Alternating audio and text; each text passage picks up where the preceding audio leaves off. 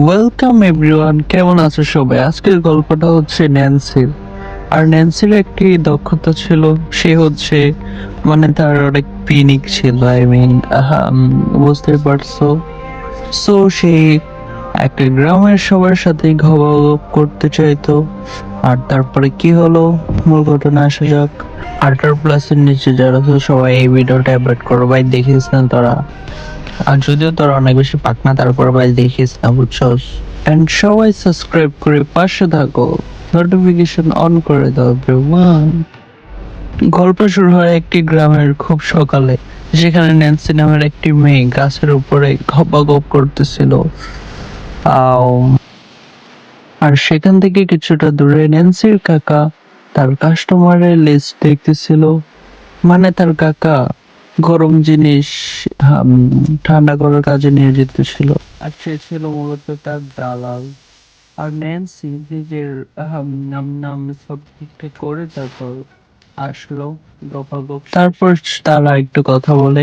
সারাদিন ন্যান্সির এত মেশিন চালানোর পর আর গপাগপ করার মতো ইচ্ছে নেই। তারপরেও তারা ওইটা নিয়ে ডিসকাস করতেছিল যে কিভাবে নতুন কাস্টমারের সাথে গপাগপ করা যায় এবং কাস্টমার সন্ধ্যায় নদীতে গোসল করে তার চাচার সাথে সে বাজার করে নিয়ে আসে। বাড়িতে ছিল তার ছোট বোন। আর তখন আমরা জানতে পারি তারা খুবই গরিব ছিল। আমরা ন্যান্সির ছোট বোন মেসা এবং তার চাচাতো ভাই দিমিত্রিকে দেখতে পাই, যারা এত খাবার দেখে অনেক খুশি হয়। রাতে খাওয়া দাওয়া হওয়ার পর চাচা লাল পানের বোতল নিয়ে গপ করার কাস্টমারের হিসাব দেখতেছিল। ঠিক তখনই দিমিত্রি চলে আসে। আর দিমিত্রি তার বাবা আর তার চাচাতো বোন কি করতো সবই জানতো। আর সে তার বাবাকে একটি ছুরি কিনে দেয় যেন কোনো খারাপ সময় এটা ব্যবহার করতে পারে। তারপর সে পিনিকে বাবার বোতল থেকে 2 প্যাক খাওয়ার পর আবার চলে এসে পড়ে ন্যান্সির কাছে। ন্যান্সি তখন গোসল করছে মাত্র।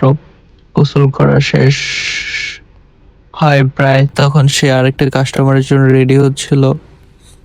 দেন চাচা তাকে তার কাস্টমার কাছে নিয়ে যায়, আর কাস্টমার তাকে এমন ভাবে মিশিং চালাইতেছিল যে তার ওই জায়গা পুরো ফাইটে যেতেছিল। দেন ওর আর ন্যান্সি তখন প্রচুর চিৎকার করে থাকে, কারণ তার ভিতর তখন ছিল ওই কাস্টমারের মেশিং।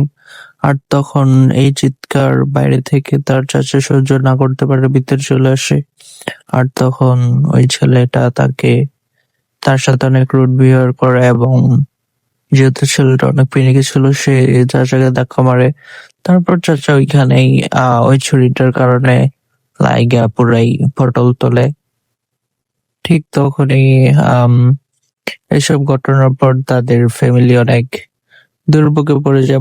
দারিদ্র্যের মাধ্যমে যাচ্ছিল। ফোনে কাস্টমারের কল আসছিল, বাট সে ধরতে চাইতেছিল না ন্যান্সি। তারপরও লাস্টে দেয় একটা কাস্টমারের কল। তারপর অনেক অ্যাভয়েড করার পর সে ভাবে কিভাবে তার পারিবারিক সমস্যার সমাধান। বেশি বেশি কমেন্ট করো, তাহলে বাকি পর্বে আসবে।